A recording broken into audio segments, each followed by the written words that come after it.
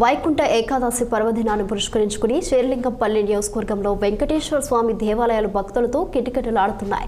తెల్లవారుజాము నుంచే భక్తులు ఆలయాలకు తరలివచ్చి స్వామివారి దర్శనం చేసుకుంటున్నారు. ముక్కోటి ఏకాదశి సందర్భంగా అత్యంత పవిత్రంగా భావించి ఉత్తర ద్వార దర్శనం కోసం భక్తులు వేకువజామును 4 గంటల నుంచి క్యూ లైన్లో నిలబడ్డారు. చందానగర్, మియాపూర్, కొండాపూర్, గచ్చిబౌలి, శ్రీలింగంపల్లి పరిధిలోని ప్రధాన ఆలయాలన్నింటిలోనూ భక్తుల రద్దీ విపరీతంగా పెరిగింది. ఆలయ ప్రాంగణాలు గోవింద గోవింద అని నామస్మరణతో ఆధ్యాత్మిక శోభను సంతరించుకున్నాయి. భక్తులకు ఎలాంటి అసౌకర్యాలు కలగకుండా మంచినీటి సౌకర్యాలు, ప్రసాద వితరణను ఆలయ కమిటీలు ఏర్పాటు చేశాయి. రద్దీని దృష్టిలో ఉంచుకుని ఎక్కడా అవాంఛనీయ ఘటనలు చోటు చేసుకోకుండా స్థానిక పోలీసులు గట్టి భద్రతను పర్యవేక్షిస్తున్నారు.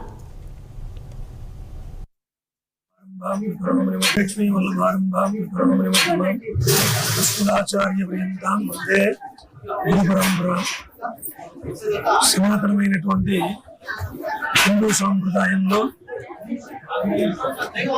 రవి తెలుగు రాష్ట్రంలో ప్రవేశించిన తర్వాత ధనుర్మాసంగా పరిగణించబడుతుంది. అనంతరం ఆ రోజు నుంచి శుక్ల ఏకాదశి ఏదైతే ఉందో అదే వైకుంఠ ఏకాదశి, మోక్షద ఏకాదశి మహాపర్వదినం. ఈరోజు స్వామి పాలకడలిలో నిద్రలేచి భక్తులందరినీ కూడా ఆశీర్వదించడానికి ఇచ్చేస్తున్నటువంటి సమయం. అటువంటి సమయంలో సూర్యోదయ పూర్వమే, అంటే సూర్యోదయం కాకుండా తెల్లవారుజామునే స్వామికి ప్రతిరోజు అర్చనాది కైంకర్యాలు చేయడం ఒక ప్రత్యేకత.